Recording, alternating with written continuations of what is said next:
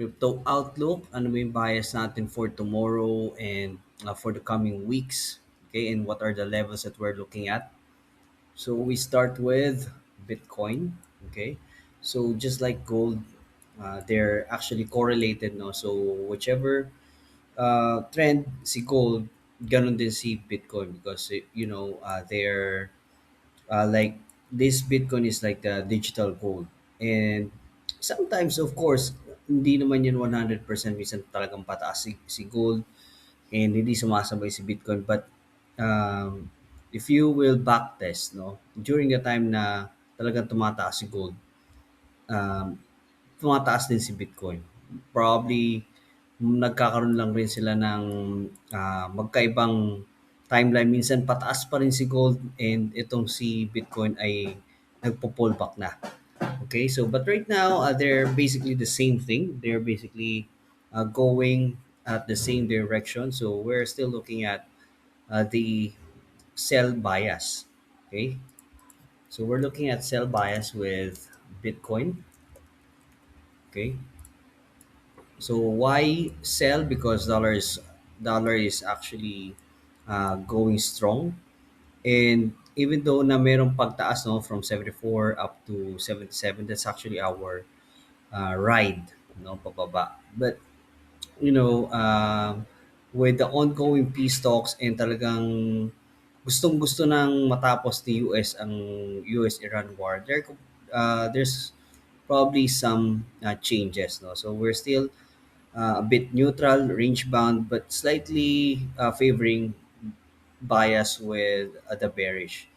So this is my um, signal last week, no. So nung nakita natin to, this triple top and going on actually a bigger down move, no, at the resistance level. And so nakita natin yan, and when we saw that it was broken out, yan, na-break niya to, yan. So, a previous resistance na-break pataas and then nag-range bound siya dyan, no, consolidation. It went down, na-breakout niya from here. Okay, so that's our signal and confirmation. And we just waited for a retest. No? So, this is the retest. Yan. So, yan yung retest niya. Okay, so that's where we entered yung box na to. Okay, that's our entry. Right? So, kasi lagi natin nakikita na it's getting rejected there. So, doon tayo maintain and that's where we have our stop loss dito sa pinaka-taas ng neckline. Okay, so this is a triple top, there's a neckline, and there's our stop loss. And TP1 tayo dito, no? So, our target here is that it will still at least go to 70,000 per Bitcoin. Okay, so that's our target. And this pulled back na pataas, there's actually a rejection there. So as you can see, there's needles. And that's probably our write down. Okay, so if you were not able to enter here, so lagi lang tayo ng trend line. Okay, so that's our ride. Okay, so with that, okay, so adjusting. So here, that's our entry. Our stop loss is around 78. Okay, at the top of the resistance level. Okay, so pwede nyo pang i-adjust yan if you have some capital, no? Or if you can risk it.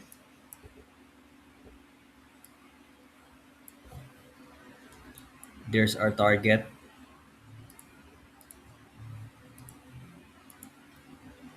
Yan. So, huwag nyo na masyadong isagad, no? Huwag nyo na masyadong isagad yung ano nyo.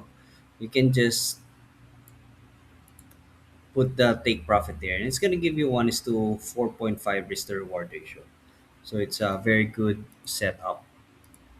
Okay, so again, pwede pang umakyat si gold pataas dito, no? If that happens, I would still sell here. Okay, abang ulit tayo dyan. If na-stop loss tayo dito, for me, I would still look for sell setups here. And yan. Probably I will just target this 174. Okay, so it's still gonna give you around, big, very big. Okay, so that's our entry. So it's gonna give you 1:5 risk to reward ratio. What if umakyat pa siya ulit, no? So that's our last ride. Okay, kasi nasa taas na tayo ng ano nito. Pag yan, umakyat pa yan ng ganyan, no? Pag tinamaan pa niya yung ating stop loss, breakout na siya pataas. Okay, so that's a different story. Alright? So that's our projection. So that's it for our Bitcoin. And basically, let's take a look at the others. ETH. Okay, so again, these are signal from our Telegram community na TP hit, TP1 hit, no? And going to TP2. Okay, so that's a very big move actually. So you can see here that's a 1:4 is reward ratio. We're using one 4 hour time frame here. So that's a very big movement.